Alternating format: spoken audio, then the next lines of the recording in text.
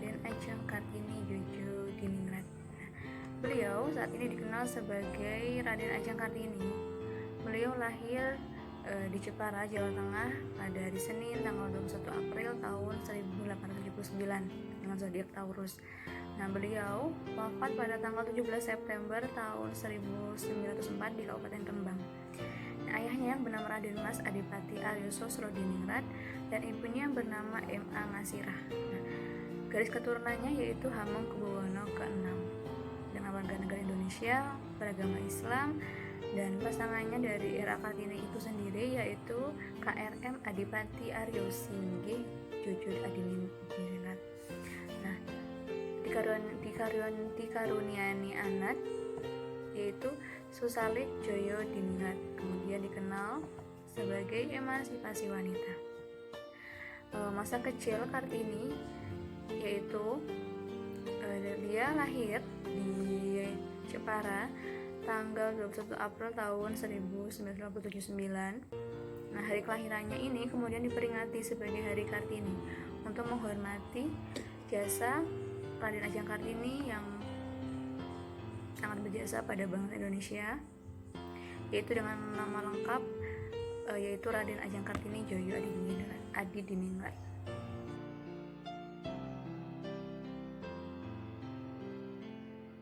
Nah, mengenai sejarah Raden Ajeng Kartini dan kisah hidupnya juga Kartini bagaimana? Nah, dia itu lahir di tengah-tengah keluarga bangsawan. Oleh sebab itu, ia menoleh gelar RA atau Raden Ajeng. Nah, di depannya gelar itu sendiri.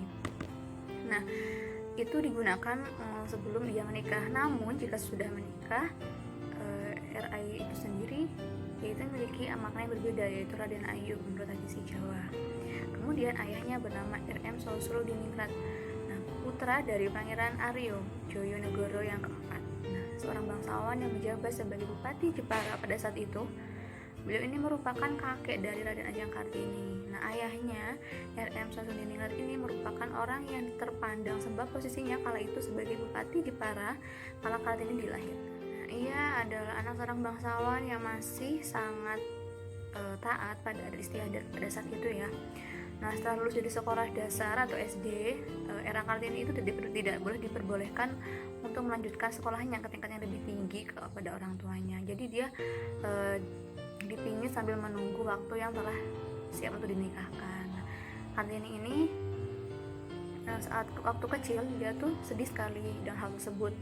Dia ingin menentang tapi takut dan tidak berani gitu. Takutnya nanti dianggap anak yang durhaka seperti itu. Nah, untuk menghilangkan kesedihannya, ia mengumpulkan buku-buku pelajaran dan juga buku ilmu pengetahuan yang lainnya yang kemudian dibacanya di taman rumah dengan ditemani oleh Simbo atau pembantu.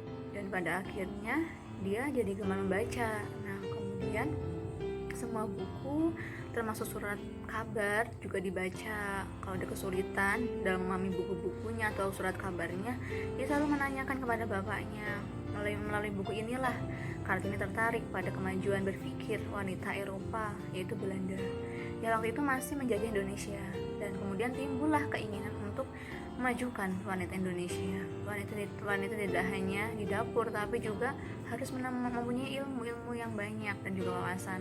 Kemudian ia memulai dengan mengumpulkan teman-teman wanitanya untuk diajarkan tulis menulis, kemudian juga berhitung, membaca dan lain-lainnya, dan juga ilmu pengetahuannya. Kemudian di tengah kesibukannya, ia tidak berhenti membaca dan juga menulis surat dengan teman-temannya yang berada di negeri Belanda.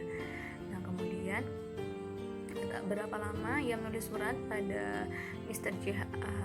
Abedidonen yang memohon diberikan beasiswa untuk belajar di negeri Belanda. Nah, kemudian beasiswa yang didapatkan tidak sempat dimanfaatkan. Nah, karena Kartini sudah akan dinikahkan oleh orang tuanya, yaitu Raden Adipati Djojodiningrat. Nah, setelah dinikahkan, ia ikut suaminya ke daerah Rembang. Nah, suaminya mengerti keinginan Kartini, dan Kartini diberi kebebasan dan juga didukung mendirikan sekolah wanita di sebelah timur pintu gerbang kompleks kantor Kabupaten Rembang. Nah, atau di sebuah bangunan yang kini digunakan sebagai gedung pramuka. Ketenarannya tidak membuat Kartini menjadi sombong. Ia tetap santun, menghormati keluarga dan juga siapapun, dan juga tidak membedakan antara yang miskin dan juga yang kaya. Kemudian lahirlah anak pertamanya dan juga anak terakhir. ayahnya, yaitu Susawi Joyodiningrat, lahir pada tanggal 13 September tahun 1904. Beberapa hari kemudian, 17 September tahun 1904, Kartini meninggal dunia pada usia 25 tahun. Kartini dimakamkan di Desa Bulu, Kecamatan Bulu, Rembang.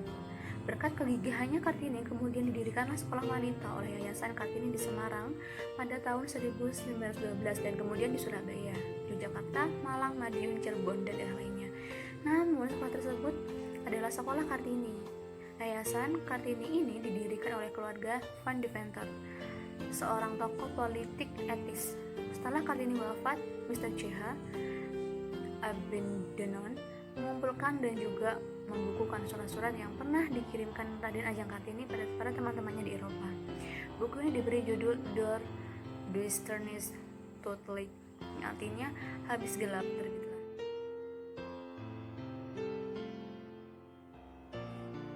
Dalam emansipasi perempuan, Raden Ajeng Kartini berpendirian bahwa Tuhan menjadikan laki-laki dan perempuan itu memiliki derajat dan hak yang sama. Bahkan beliau menegaskan bahwa perempuan yang beradab dan terpelajar akan dapat membantu dan sebagai penolong bagi perjuangan Raden Ajeng Kartini, yaitu 1. Mendirikan sekolah bagi kaum wanita. Yang kedua, mengubah pemikiran bahwa wanita itu tidak hanya di dapur. Yang ketiga, menyamakan kedudukan wanita dan laki-laki atau pria. Yang keempat, mengajarkan membaca, menulis, menghitung bagi kaum wanita.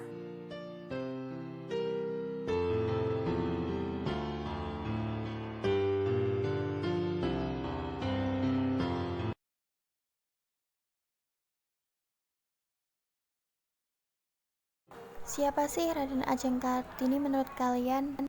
Raden Ajeng Kartini, sosok perempuan anggun dari tanah Jawa yang menjadi pelopor kebangkitan semangat perempuan-perempuan pribumi. Kartini adalah satu dari puluhan bahkan ratusan perempuan yang rela mengorbankan jiwa raganya demi sebuah keadilan dan kebebasan. Kartini bukanlah sebuah mitos maupun sebuah legenda, sebuah kisah yang hanya dijadikan pengantar tidur semata. Kartini ada dan hidup dengan bukti nyatanya, meninggikan derajat kaumnya yang dahulu hanya dipandang sebelah mata. Tatkala perempuan identik dengan urusan dapur, sumur, dan kasur, Kartini hadir, mematahkan semua dan membangkitkan semangat-semangat yang terkubur. Kartini membuka mata kita tentang sebuah mimpi, sebuah angan yang dapat terwujud dengan niat dan usaha. Puluhan, ratusan, bahkan jutaan Kartini-Kartini telah lahir di bumi Indonesia saat ini. Mungkin tak semua dari mereka tersolot oleh media. Namun, mereka ada dan terus berjuang demi mimpi dan negerinya. Panjang umur Kartini Nusantara, panjang umur segala perjuangan kaum wanita. Semoga sosokmu akan terus ada, terpatri indah dalam jiwa-jiwa yang merindukan keadilan di bumi tercinta Nusantara.